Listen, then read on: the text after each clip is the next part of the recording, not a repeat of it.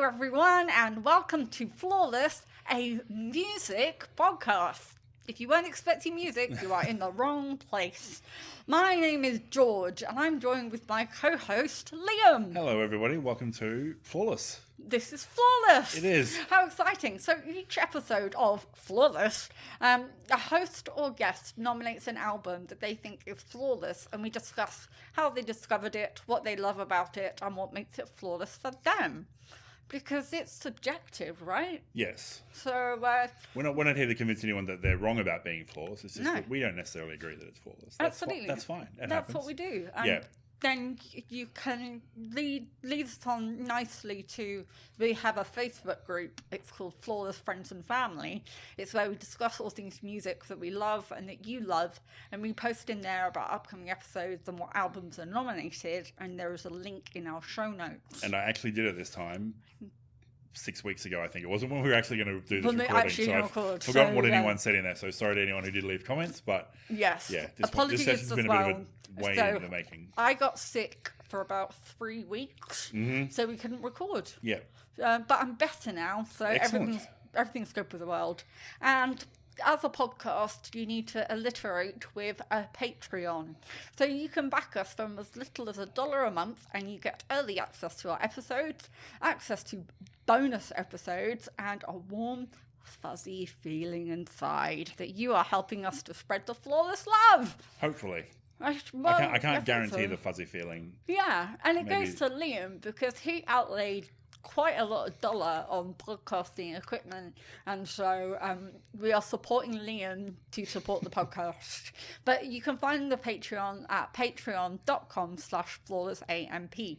Now, Liam. Yes. We're not doing the podcast just two of us. That would be weird, right? That would be weird, yes. So do you think we might have guests? I do think we do have guests. Okay, we have guests today, and you'll know that from opening the episode. However, it's very exciting. Please name yourself. I'm Jake of the band Mt Nadir. And I am Connor of the band Mt Nadir also. Awesome. Mount Nadir. Mount Nadir. Oh, Mount Nadir. Of course, I have seen it written down. So let's clarify that. So Mount, Nadir. Yeah, that's the one. So where can people find information about you? Or what do you do in Mt Nadir each as well? I'm the bassist. Mm-hmm. I'm the drummer. Okay. We've got the rhythm section. Yeah, the whole rhythm section. The heart of the band, as some would say. Oh, absolutely. I used to play bass in one of my bands, and I was just like, yeah, I'm keeping this place alive. So there you go. That's exciting. Cool. So where can we find out more about the music? Or what kind of music do you make? I'd say definitely a combination of like alt rock, indie rock, but then also having a lot of influences. Frankie leans on a lot of folk stuff. I know Jaina and Connor as well, like a lot of hardcore, grungier stuff. There's a lot of mixtures in there, but I would say the heart of it is probably like an alt rock, indie rock kind of sound. Nice. Awesome. Very much on the sad side of things. On the sad side. On the sad side. Mopey boys. Perfect. So I'm definitely going to seek you out because I love sad alt rock. That's pretty much my jam. Yeah. So that's cool. But you have nominated an album as you are a guest. So which one of you is going to tell us the album you have nominated? Are we going Big Thief? We're going Big Thief's Masterpiece 2016.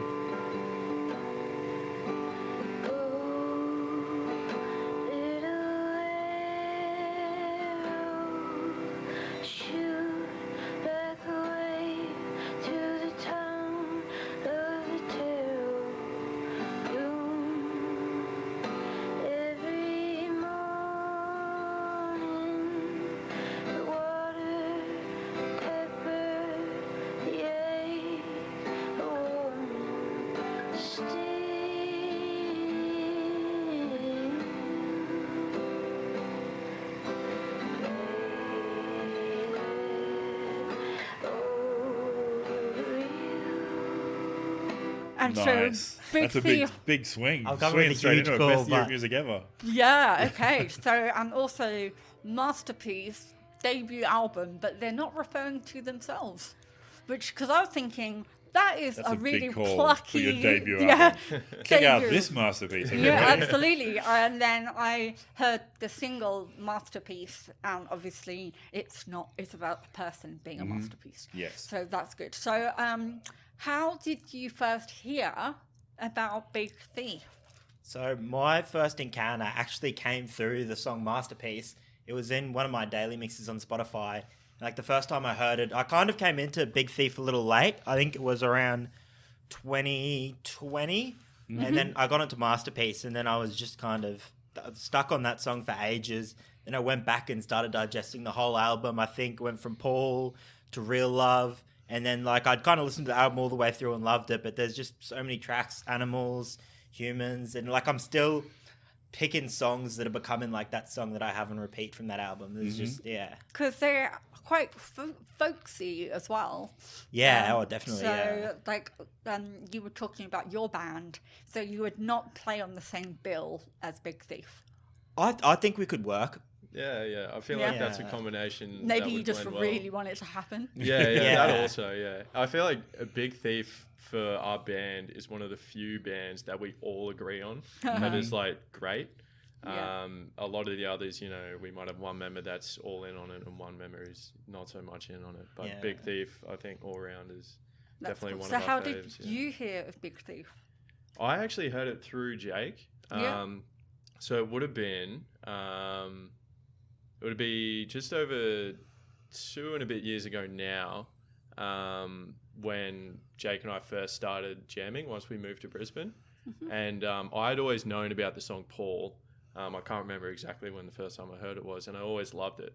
But it wasn't until we started jamming with Jake and then subsequently Frankie after that we started talking about music and what music we were all into. And they brought up Big Thief, and I said, I like the song Paul. And then it wasn't until then that I really delved deeper into all of their stuff, and then I just fell in love since then. Yeah, Nice. That's awesome because it came out on the 27th of May 2016. Yeah. It comes in at 37 minutes and 16 seconds, 12 tracks of a masterpiece. It was released through Saddle Creek. I know, and George, do you have your list of bands? I have Saddle my list Creek? on Saddle Creek. Go for it. I get a bit excited when someone brings an album on a record label that I love. So Saddle Creek, Bright Eyes being the main one, but the big one for me, Cursive, one of my favourite bands, they're on Saddle Creek. The Good Life, Tokyo Police Club, Ladyfinger, The Faint, Rilo Kiley, and Tim Kasher of Cursive are just some of the bands that I like who are on Saddle Creek. Yeah. So I know they're on 4AD now. Yeah. Yeah. So the first 2 albums were Saddle Creek, and then they've been on 4AD for their last 3. So they did sort of 2 in 1 year in 2019. But yeah, this was the debut one. So how do you think about, how does it compare to the other albums from Big Thief? Have you ever thought about, when you had to pick one that was flawless, you sound like you're big fans of the band altogether. Yeah. What made you pick this album in particular? Well, I've loved all their music. I do think this one tends to be their more rocky one, which doesn't necessarily make it better, but I guess for me, it's the one that's got the most replay value. To put it in like the most simplest term, it's just the one that I've gone back to the most. Yeah. I don't necessarily listen to the other albums and think, this one just isn't as good, but it's more so that's just the one I've gone back to and just had those songs that I've just really connected with. Yeah. that's awesome. So, Liam, Yes. had you heard Big Thief before they nominated it? The name sounded familiar. I had never listened to any albums, but I knew of them. They were a name that I'd heard thrown around a bit. Having now listened to the album, I don't know why I didn't listen to them at the time, because they're right up my alley, which is great. But I didn't know any of the songs when I looked at the list. But when I listened to the album, I knew Parallels really well. Oh, that's interesting. And it wasn't because I was like, then I heard the album, I was like, Parallels, I know that song. Right. It must be like a big single or something. I don't know why they put the big single last. And I was looking, I was like, no, I just picked it up somehow. It might have been in a video game, is the sad truth. It might have been in like an EA Sports or something like that. Nice. Like an ice hockey or a soccer FIFA game that I heard. Yeah. But I knew Parallels, it must have shown up in a couple of my lists as well, my sort of Spotify list, and then dropped out again. But yeah. Interesting. It definitely... A lot of music I learned as a kid was from skate videos. So I was definitely into punk. I have no idea how I heard it, but I knew it. So really cool. And George, Hello. had you ever heard of Big Thief and or Masterpiece? So when it was nominated and I saw the album cover, I was like, this is completely new information. Like, this is brand new to me, so I get to listen with completely brand new, flawless ears to a brand new album. And I get quite excited when I listen to a new album. I get more excited when I hear the first track and I like it. And then I'm like, that's good. If I hear the first track and I don't like it, then I dread, not looking forward to the flawless episode. However, as I was listening to it, I've heard Paul. I've definitely heard Paul before. Paul was a single. So it was a single, and I heard Paul. And I used to volunteer at 4ZZZ Radio in Brisbane. And so I'm assuming around this time was around the time I was volunteering. So I would have heard Paul played a lot because they've got quotas on like different things about like Australian artists or Brisbane artists or artists with women in them or Indigenous artists and stuff like that. And so like bringing in like a really nice track like Paul on the radio and you could say tick woman, then it hits your quota. So so I'd heard Paul, don't know how, definitely not playing video games, right? Because I only play Animal Crossing. So not a very video gamey song that anyway. No, I don't. Yeah, I don't know how it would have been on there. It's not no, it just has its own little funny things. Yeah, couldn't see it on SingStar. No, that's right. Yeah. So, Liam, would you like to name the members of the band? Do you guys have the name? Do you know the names of the members of the band, or you haven't got any notes? So I'm happy to go through them if you're not sure. Oh no, Adrianne Lenker. Yep. Yeah. Buck Meek. Yep. James and Max. I don't want to butcher their last names. So Max is Oliarchik. Yeah. James is Krivkania. He was only on engineering for this one, but Jason Berger was on drums. But I'm not sure if he's still in the band. He might have. James replaced Jason Okay. on their third album. Right. So he had been doing the engineering for Big Thief, and then when Jason left, he just joined on drums. Nice. Because it made perfect sense that he was already around the band. Yeah. So, but it was Jason Berger playing drums on this one. Yeah. So, I didn't know that. Adrianne plays guitar and vocals, and then Buck the lead guitar and vocals. So when we talk about lead, that's Buck. So, but can I just say, there is the person that did mastering.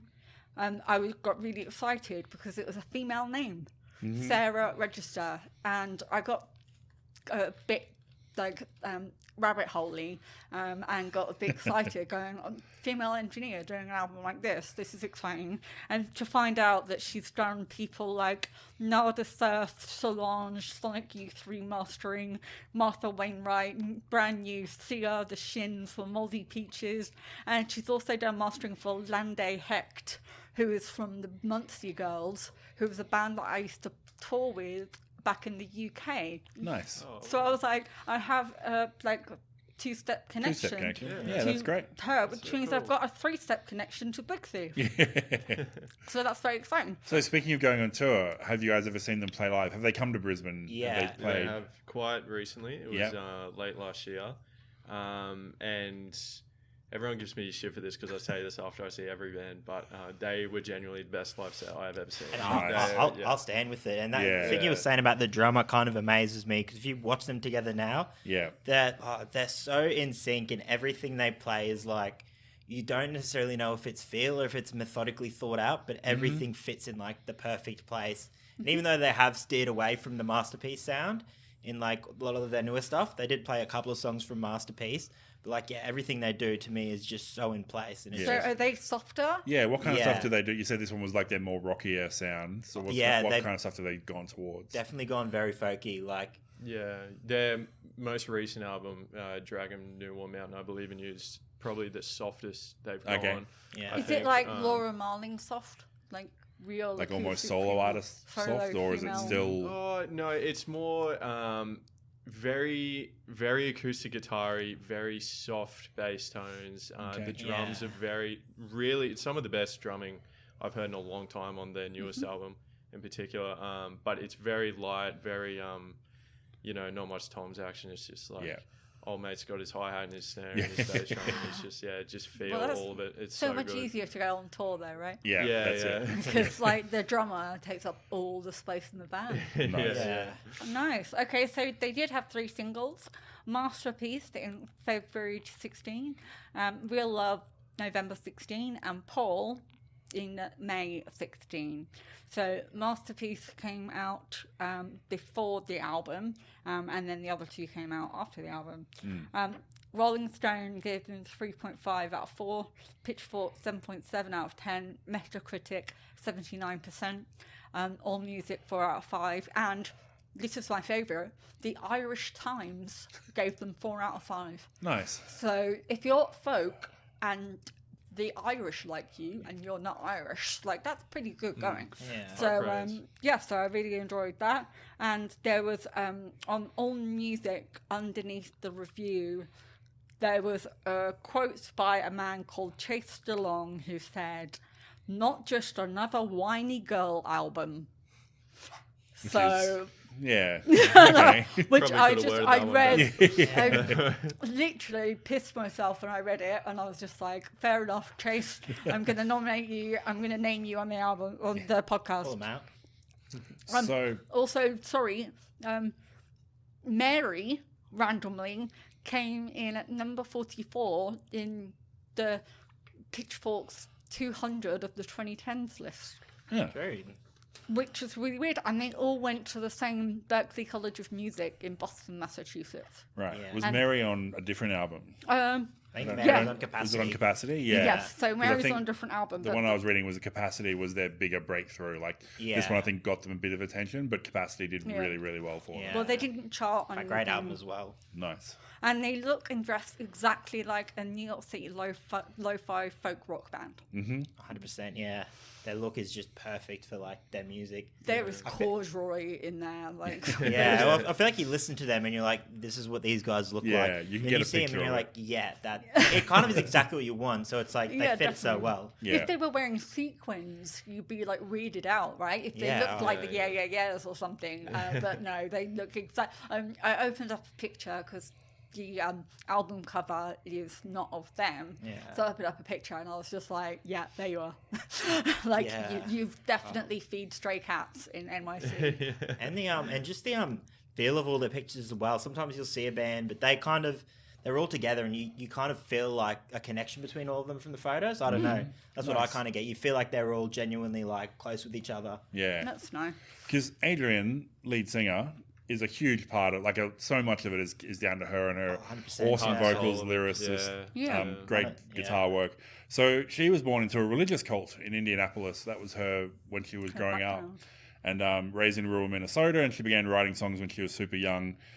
She even recorded a couple of albums with her dad when she was like 13, 15, but they were like super pop sort of stuff. And she apparently they're hidden somewhere. Like it's not like that sort of thing. You go hunting on YouTube and you'll find them. Like she's made sure that they're not available wow. anywhere. She really hides them really well. But this, Because yeah, she's also a solo artist in her own right. yes, mhm. yeah. And So I'm she, assuming that you guys have heard her solo work, and I'm assuming it's all very much like Little Arrow, like Yeah, a little less lo-fi, but yeah, very much in that vein. Yeah.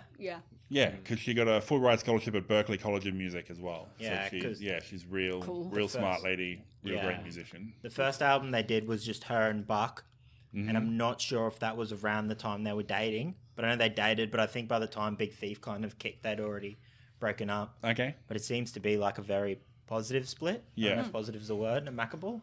So we talk I don't know. amicable. It's all right. Yeah. So you talk about she's a big part. She opens the album with Little Arrow. It's under 2 minutes, and there's that beautiful sound that I love on a lo-fi record, that hiss and fuzz of studio equipment. Yeah. Just playing in bands, I used to just love hearing it. Like the people engineering it didn't, but like I used to just love that hiss sound. So you can hear it; it's really raw, and I feel like she probably wrote it on her own at the end of her bed, and then she was like, "Hey guys, I've got this," and they're like, get in the studio right now and record it. Like, just go. I feel like there was no transition process between her writing it and her getting into the studio, because it's just such a beautiful, sweet song. But it can only be the opener on this album. Oh, for sure. Yeah. Yeah. A couple of the other lower tracks, like, I think there's Randy, and then there's another. Lorraine is like a Lorraine, super just her and a guitar. There's Lorraine a and few Randy, just but- her and a guitar on the way through. Yeah, but there's something different between them and Little Arrow. Little Arrow really does. Yeah. It's definitely a starting track, and it kind of takes me back to when I saw them live. Just that first note, when like her voice kind of hits in the record, you're just like, oh shit, like it just gives you those chills. And she has that like voice of white girl blues voice kind of sound, which is really nice. That soft, emphatic and breathy, and it's like a really nice thing to listen to. And it fits the music perfectly, even the ramped up bits. So I was wondering if it was going to ramp up, like first listen, wondering if it was going to ramp up, and it does. But her voice still carries; it doesn't get lost.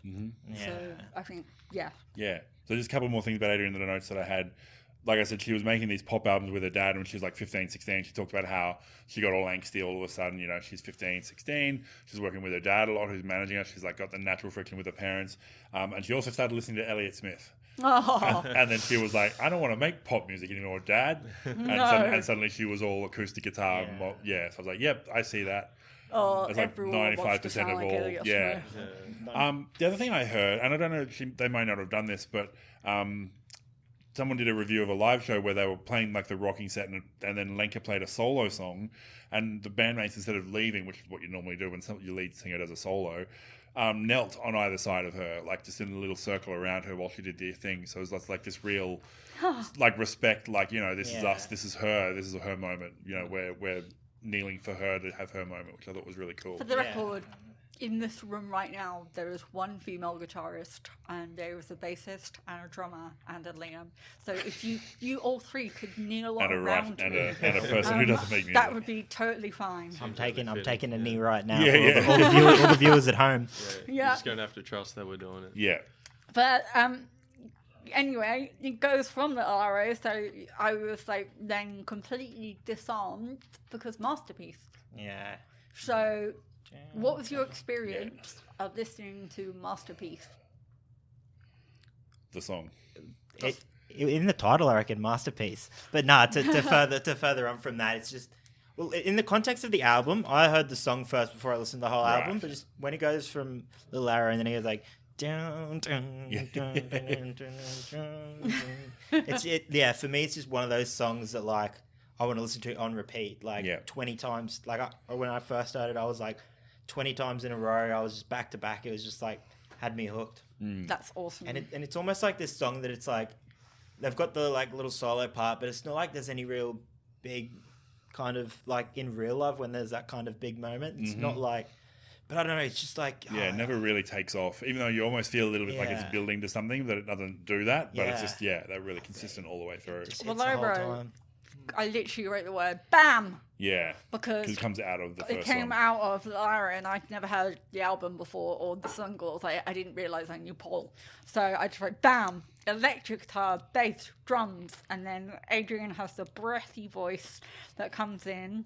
It was their first single, and I think it was a good choice to set the scene for the album. So I think Masterpiece sits in that position of between their really ramped up songs and their much lower songs, and I think Masterpiece was just a smart move to say, this is what we sound like, we're a brand new artist, and if you like this, you'll like the album. Yeah. So it alleviates that fear that the band are calling themselves a masterpiece. Like you get to that very second song, it's like, no, this is a song called Masterpiece about a person. You're like, oh, thank God you didn't, your ego didn't run away with you. You decided to call your first album Masterpiece. Get that out of the way quickly. I wanted to ask you guys. Sorry, just one quick question. Do you think it's about a friend or an actual romantic relationship? Because I could not.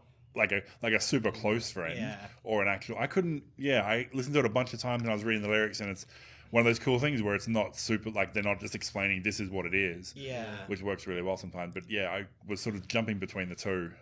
I find with Adrianne's songwriting, it's always hard to tell because I do think she's one of those people that has deep connections, and I would say someone could be a deep friend and like also be a lover, which is like I think why her and Buck Meek can still be in the band.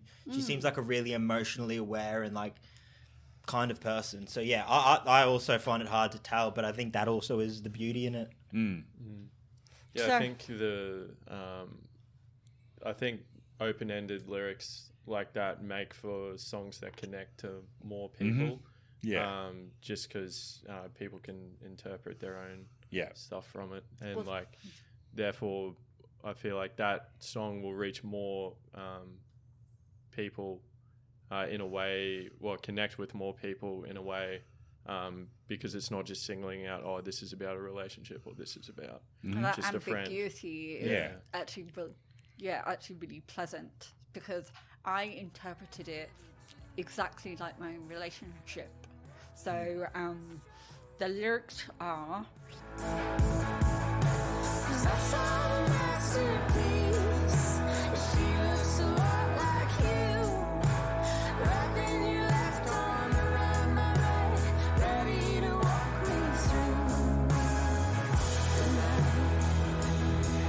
and for me, that's me taking my partner who does not like loud music or anything like that, right? So we're like the opposite ends of the spectrum.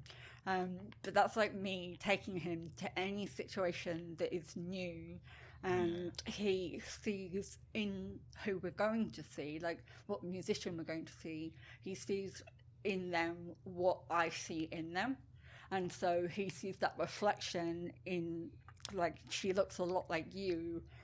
Like if he saw like a tattoo punk musician, for instance, he'd be like, oh, she looks like you, but thank you for taking my arm and walking me through this, because he'd interpret it as threatening.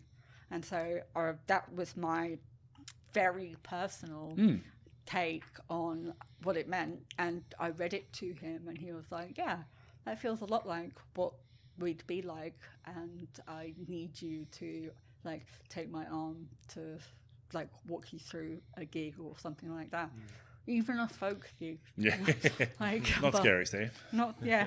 So yeah, I'm not talking about going to see like punk rock or whatever, but like, yeah, even a folk gig. But he would see a reflection in the person that we went to see together, and like why I've chosen him to be with me in that moment, because obviously I choose my gigs carefully because I don't want to scare him off. Yeah. So like I would probably say I could take him to see Big Thief and he would really appreciate it. But then randomly he loved everything when we saw them live, but not because he loved the music, but because he loved how much I loved the music. Yeah. So he had the really good experience of that gig.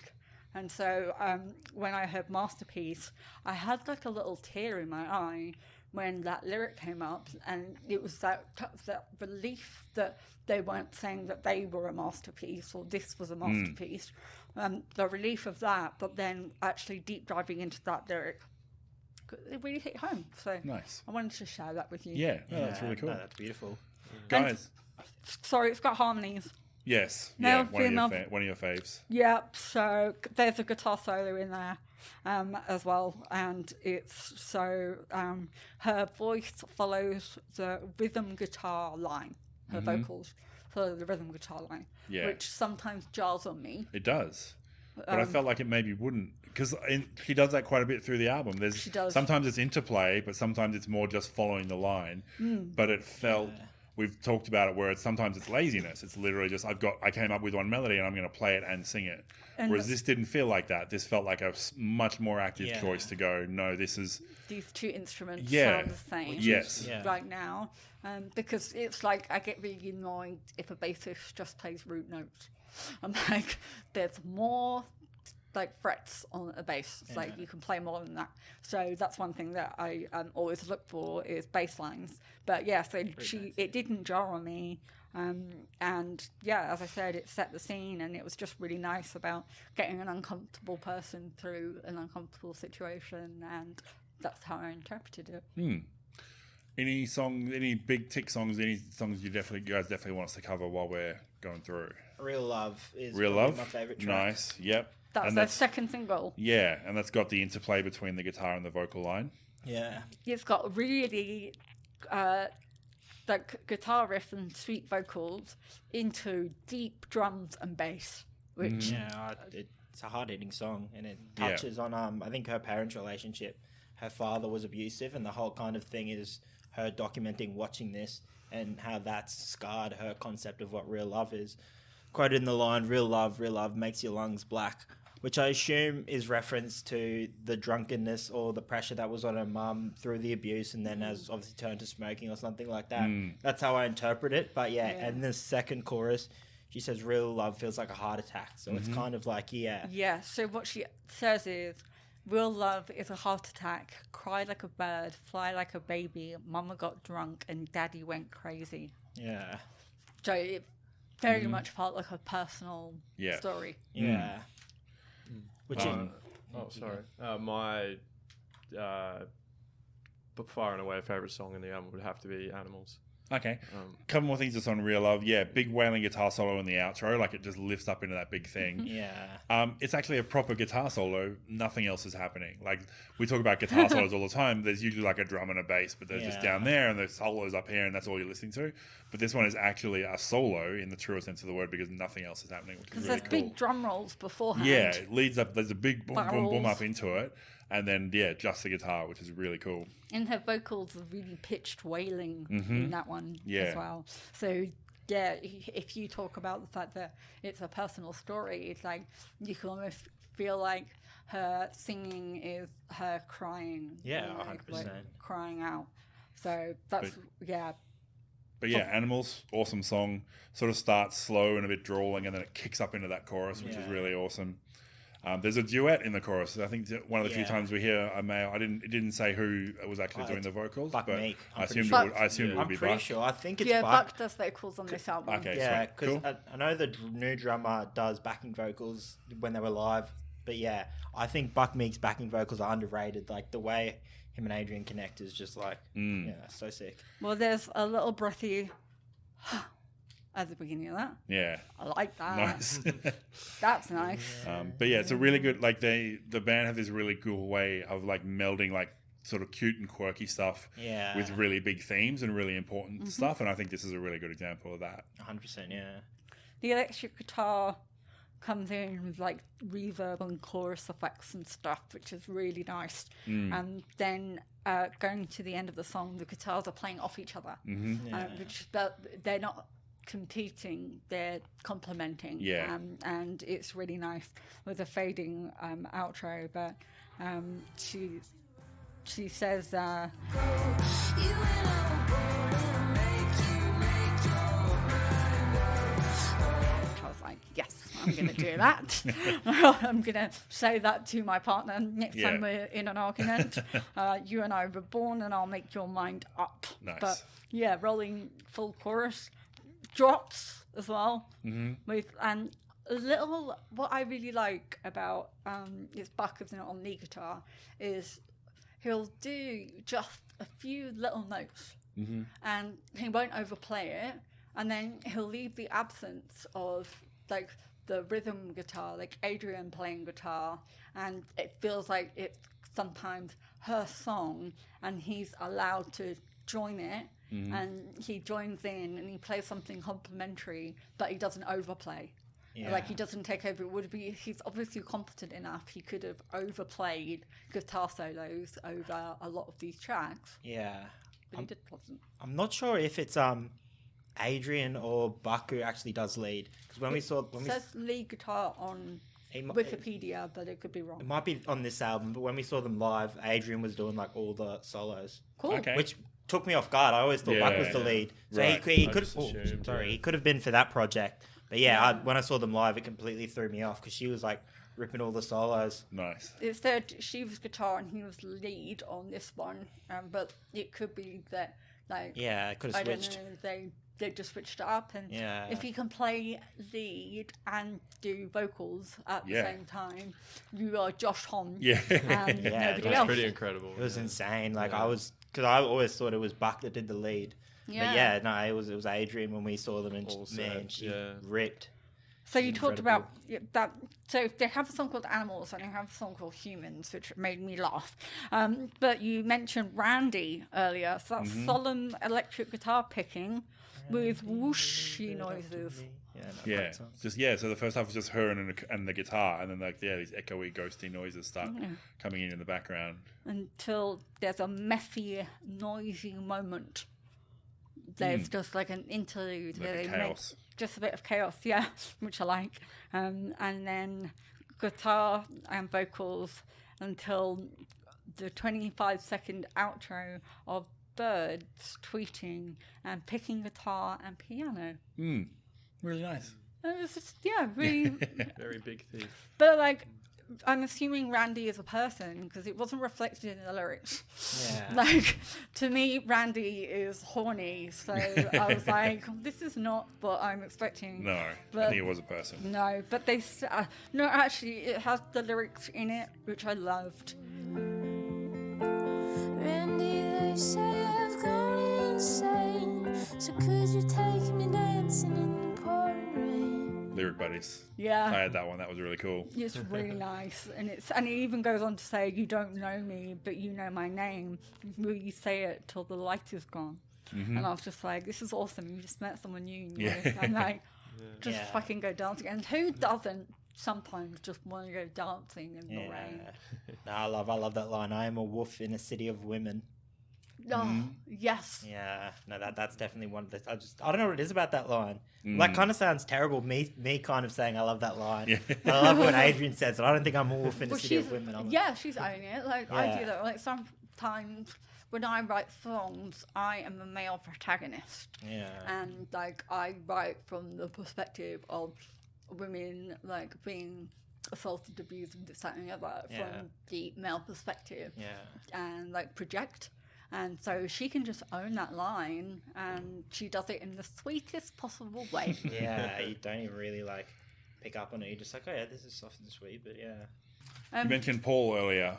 George, that was definitely one of my favourites on the album. Yeah, So it's a great lead out from, coming off the back of Lorraine, which is just her and an acoustic, and then sort of almost like similar to how it does at the start of the album, where you start off with just her and then you launch into something else. This one comes off the back of just her and a guitar, and then launches into a big band piece.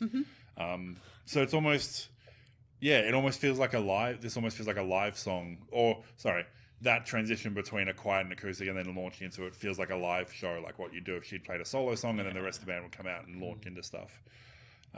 It's a song about a bad boy, yeah. but just a quiet one, not an actual leather wearing, motorbike wearing bad boy, just like a guy that she thinks as being a bad boy. And then she almost fell in love with him and then just had sex with him instead. She's like, I was about to fall in love with you, and then I thought, nah, fuck it, and then they just had sex instead. But there's a duet again as well, so I assume that's Buck's voice again doing stuff.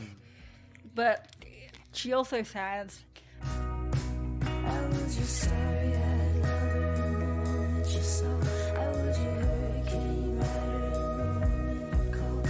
We were just two moonshiners on the cusp of a breath, and I've been burning for you, baby, since the minute I left. like, that's so provocative. Yes. Yeah. And you know that feeling. You've been there, like, with someone at some point, like, where you're just like, man, I still burn for that person, Yeah. or whatever. Well, I do. I don't know. I'm projecting. Yeah. That I'm assuming everyone has that emotion. I'm trying to think. Well, I like to think I'm 23 years young. I'm 23, but I like to think that's relatively young. So I don't know. Maybe You're maybe that literally the person same updates me. age as my youngest stepdaughter, Yeah. so you are very young. Super. Thank you. Yeah. But yeah, I maybe. I don't know.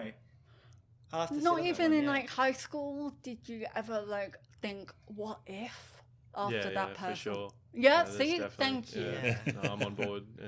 Yeah, so I've definitely had those people in the past where I've just been like, oh man, I only had one night and should I have gone back for more?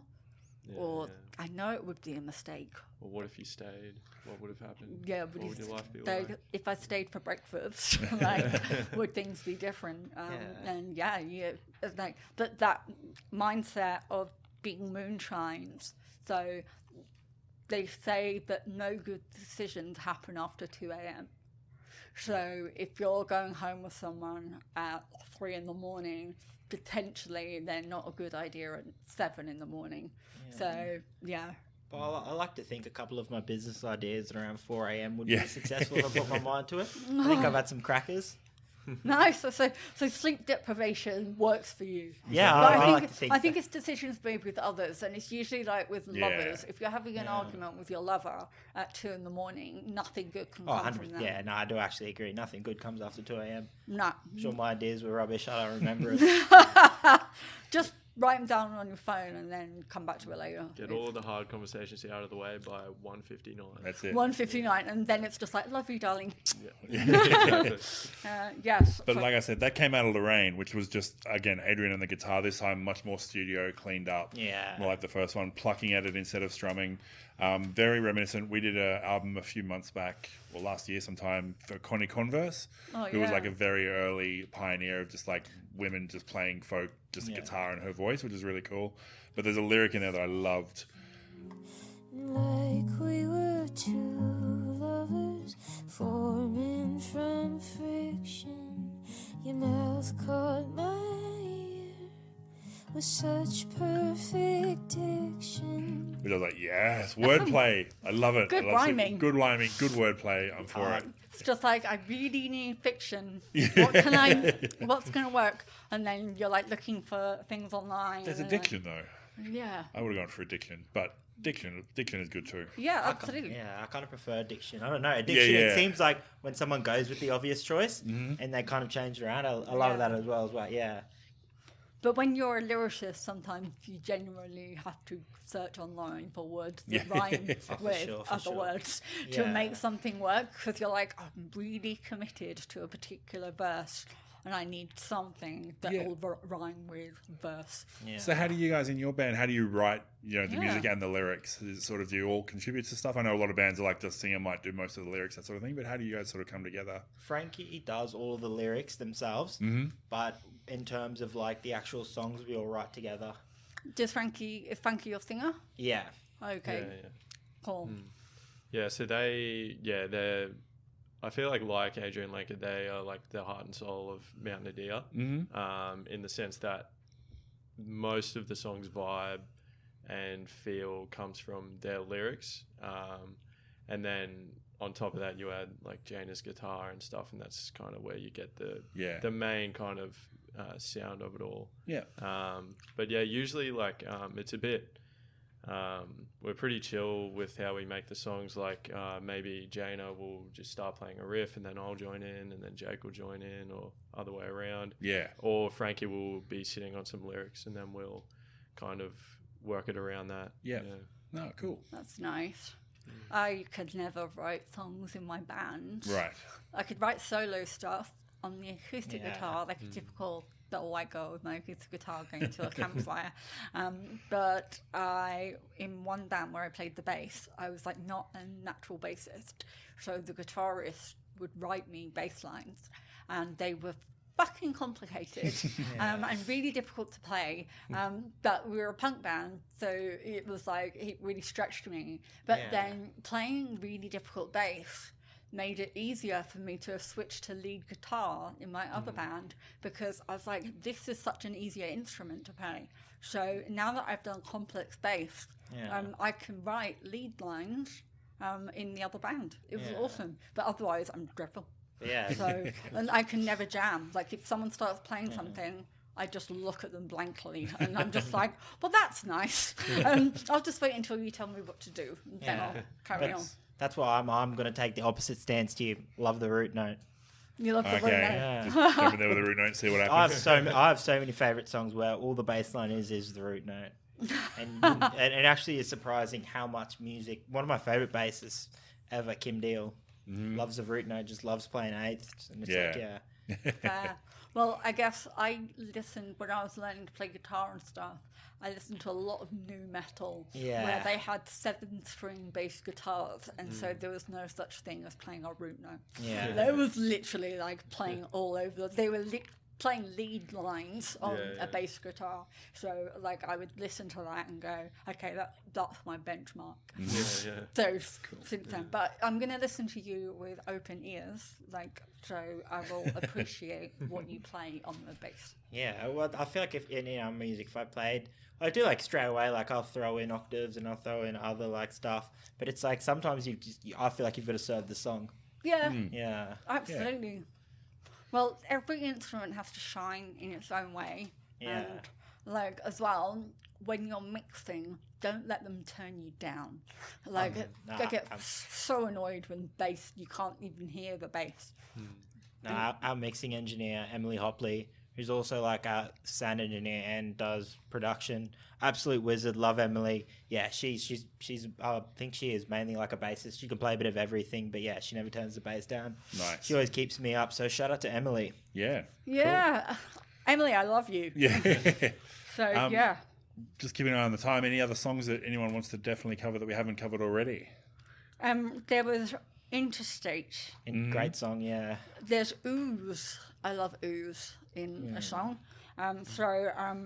The whispered vocals in the verse, which I thought was really nice. And it was that parental dispute with the kid stuck in between. So she sings. You could hold her close at night in your slumber. Dream her as a child when you loved her mother. So she's singing as her dad driving her down the interstate, like changing houses for the weekend or whatever it is that's happening to her, or like that just like resonated, and that's again like props to her for being able to project what looks to be the masculine perspective in the lyrics, like of a father. So yeah, it was Cool. just really cool. Awesome. Do you guys have any other songs or any other things you want to talk about, or we can go to your final pitch? Nothing too specific. I think we've pretty much covered anything. I think Nice. Parallels is a perfect closer. Yeah, nice slow burn, but doesn't Yeah. actually explode at the end, which is kind of cool. It's almost it's one of the more heartbreaking songs for me. In a way, I know you're always by my side, but today I think I've always been a long way. That line like always hits for me. Yeah, nice. Oh yeah, that would hit if you Yeah. if you ever felt lonely in other people's company. Yeah. That's like a really difficult feeling to deal with. Yeah. No, great closer. I'm Yeah. neurodiverse, and sometimes I can be the life of the party, and sometimes I need to curl up in a ball and hide away from everyone. And so, like lyrics like that totally like hit me in the heart. Yeah. Cool. Okay, Alright. so Time I for your think final pitch. final pitch on why you think we should say this album is flawless. Or why you think it's Why you flawless. think Yeah. it's Well, flawless. I like that because I don't think anyone else should find it flawless. But for me, I just think the songwriting, it's again, there's a lot of stuff that is up to interpretation, but it's also such a personal view of. Obviously, I feel like debut albums is where you've had your whole life, and now it's like, well, here's your debut album, so you're going to talk about all these experiences, and yeah, it's just. It's hard to say because it's such a personal thing, but for me, yeah, I've replayed nearly all of these songs, and I've had that moment. Like for me, I know an album's perfect when I've gone back to like nearly every song, and that's been the song that I've had on repeat. And I think just about every song on this album, I've gone back, and it was like Masterpiece, then it was Real Love, then it was Paul, then it went to Animals, and it went to Humans, and like it went to Interstate. So it's just every song on that album I've kind of gone back and replayed with, and I have my own memory with that song in particular, and so that whole project for me is just like perfect. Yeah, nice. Yeah, I guess for me, I just think the album, there's so many moments on it where the lyrics like really hit home. And for me, fuck, I don't even... Hang on. It's hard Defies to explain description. sometimes. Yeah. Is it just like some kind of ethereal experience that you can't describe? Yeah, we'll say that. Yeah, yeah. I just for me, like Big Thief's sound is just so unique, and I guess the best term for it would be raw and emotional. And they're this debut album they had like just encapsulates so many emotions like really well for me, and it's just got a very strong connection. Cool. to me. Awesome. Okay, I'll throw it over to Liam. Hello. What was your final thoughts, and thumbs up, thumbs down on this album? Yeah. Shaken. Yeah. So yeah, like I said, I knew of them, but I'd never heard anything except for it turns out I had heard Parallels. Yeah, like it opens really well. Like it's got the super soft, it's the acoustic opening, but I knew they weren't a one-person acoustic guitar band, so I knew they were going to sort of explode out of that. I've talked before about sometimes you have to listen to an album really closely to really get it the first time. Like sometimes I'll listen to albums in the car the first time, and I'm like, I don't get this. And then I sit down and I get it and I listen to it properly. But I listened to this one in the car the first time, which I'm trying to teach myself not to do.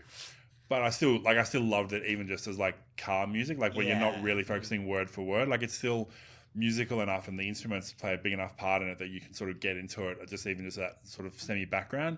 But then when you start going into that deep dive of like listening to the actual intent and the meaning behind all the songs, thinking about it, it gets even better again. Like you said, it's a debut. It's a stunning debut album. Like the idea that this could be like, that this is like, because you normally then think, if someone's a debut, they're also going to go up from here as much as they've had their entire life to write the first one. Yeah. It's also the one where they're like least experienced, I guess, and that they're going to take up from here. But the idea that this is someone's first album is just insane to me. All the way through, loved it. Like you said, 37 minutes, which is a perfect length. I love that. I love 37 minutes. Every song Keep just them had under that 40, idea, did its idea, Thank you. get Come out. Time. Well, I think well, just to touch on that, we're going off topic a bit, but the reason why everyone's doing longer albums today is just because of streaming, which has kind of ruined the vibe of an album. It's like they'll just put on 16 songs rather than like trying to collate a good body of work. But That's the way things go. Vinyl, so I had vinyl in the house. I didn't get a CD player until we were like 8 or 10. Yeah. And so that's when CDs could be longer. And they had stupid secret tracks and stuff like that. But Liam, sorry, we interrupted. So that's all good. So like the really soft ones, there's the middle ones, there's the bigger punchy ones. They're all awesome. Pitchfork compared her to Sharon Van Etten and I should have known this. Hopalong's Frances Quinlan, who's one of my favorite performers as well. She's really great, and I get that totally. She's like a beautiful singer and songwriter. And so all the way through, there was nothing wrong with the album, and so I called it flawless. Awesome. Look at you go. Tick from me. 1 out of 2. 1 out of 2. 1 out of 2. Okay, George, so back to you for a final thoughts and a thumbs up or thumbs but down. one of you two might have actually gone, no, wait, whilst we've been talking, this isn't a flawless album, but that's genuinely happened to us before. True, they've just realised Well, like, realised shit, partway I picked the through. wrong It album. wasn't even a pair. It was one guy. One guy, and he just went, He was like- actually, this isn't a flawless album. Liam and I were there, and we were like... We'd both given it flawless. We've both given it flawless. And he's like, I don't think it's flawless. I just wanted more people to listen to it. And I was like, cool. But it's like it was everything. It was like a UK #1 album. This album did not need you to come and promote it on a podcast to get more It's people just listening like, to it. it didn't get enough attention. They you did, know? they did not need your help. But Like anyway, I'd already seen them at Splendor, like playing in a tent in the pissing rain, and like I was thinking to myself, like Distant Past was sung by thousands of people at a festival in Byron Bay, and he came onto our podcast and was just like, just more people should hear them. Like, where have you been? Anyway, so it's my turn. Mm-hmm. Okay. Final thoughts. Final thoughts. Okay, so on first listen, I did what Liam did. I put it on in the background, which I actually don't normally do. I usually put it straight up with some really good headphones that are really bassy and everything. So, but I didn't. I put it on in the background, and first thought I was like, yeah, I've heard this done before. And then I got to Paul, and I was like, oh, I recognise this one. And then I was like, no, I need to give it a proper listen. Don't do a Liam. So I sat good down. advice no matter what, all the time. So 6 weeks ago, when we were supposed to actually record, I sat down and gave it a proper listen, and I was like, "Ooh, what was I thinking? This is exactly what I like." So I recognised Paul probably from like Triple J, 4 Triple Z, Saddle Creek, something like that. They're on Saddle Creek. Fucking, that's already a tick for me. The electric solos are not overplayed. It swaps between lo-fi Adrianne alone to full band seamlessly. I had it on a loop, and it transitions from parallels straight through to Arrow. Yeah, little arrow.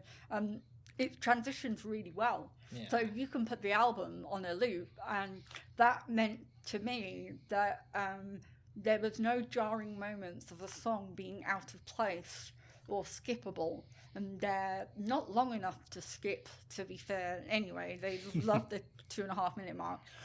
But yeah, so they are short, which I like, and a flawless record for me are those sorts of things, and I'm definitely pissed that I didn't find it on my own. We do that. Yeah, it's like, I get damn it, why didn't I hear this so earlier? I feel that when my friends show me something Yeah. cool. Like, I wanted to show them something cool. I'm like, Where have this been all my life? absolutely, I've had since 2016 Yeah. to listen to this album, and I haven't. So, of course, it's flawless. Yeah. Thank you very much. Yeah, that was cool. I'm like a little Yeah. annoyed that a 23-year-old shows up with an album from 2016 and says, "Oh, hey, this is flawless," and I'm like, "Shit, you're right." So never mind. So we got this one over the line. Yeah, tick Yeah. tick, good work. Just, Yeah. just for the listeners back home that might not be aware, there's actually a dungeon where all the former contestants who didn't get flawless are being kept prisoner. So I'm shaking right now. I'm so stoked. Yeah, don't tell them that. They'll never be I guessed. wasn't supposed to say that, but I'm a free man. We have 4 basement levels in Yeah, this building. there's so- been a lot of guests who didn't get double flawless. So you, Yeah, actually, I don't think absolutely. anyone's ever got double flawless. So. Old mate who put himself in there. He said, "Oh, it's not flawless." Yeah, Yeah, that's it. Some of your friends good. are still in the dungeon. So, yeah, but well, thank you, Connor Mm-hmm. and Jake, for coming. And Mt Nadir, Nadir, You guys on on Facebook? social media. On Twitter. Facebook as mt.nadir, Mount Nadir, but Instagram is probably the main platform we use, and that's at MOUNTNADIR. It's always Good. got to be different. Thank you for doing that and spelling it out. Yep. That's That's all awesome. good. It often might sound like Mountain of You're Beers. 23, so are you on TikTok yet? We're on TikTok. I've done a few, but I don't know if Yeah, I'm up the TikTok necessarily... output. Yeah, I'm Engagement, yeah. not great with the TikTok output, but I don't mind getting on the Instagram stories. That's Nice. awesome. Okay, well, go and check out Mt Nadir because it sounds like we're going to like them. And thank you, everyone, for listening. We got one over the line. And Flawless has Facebook, Twitter, and Instagram, no TikTok. We are Flawless AMP on all of those. So you can join the conversation, share or like our posts, give us a rating. Every little bit helps us find more music lovers like you. As mentioned, we have a Patreon at patreon.com/flawlessamp. If you'd like to back us, please check that out. So thanks again for listening. Thanks to our guests, and we will see you next time.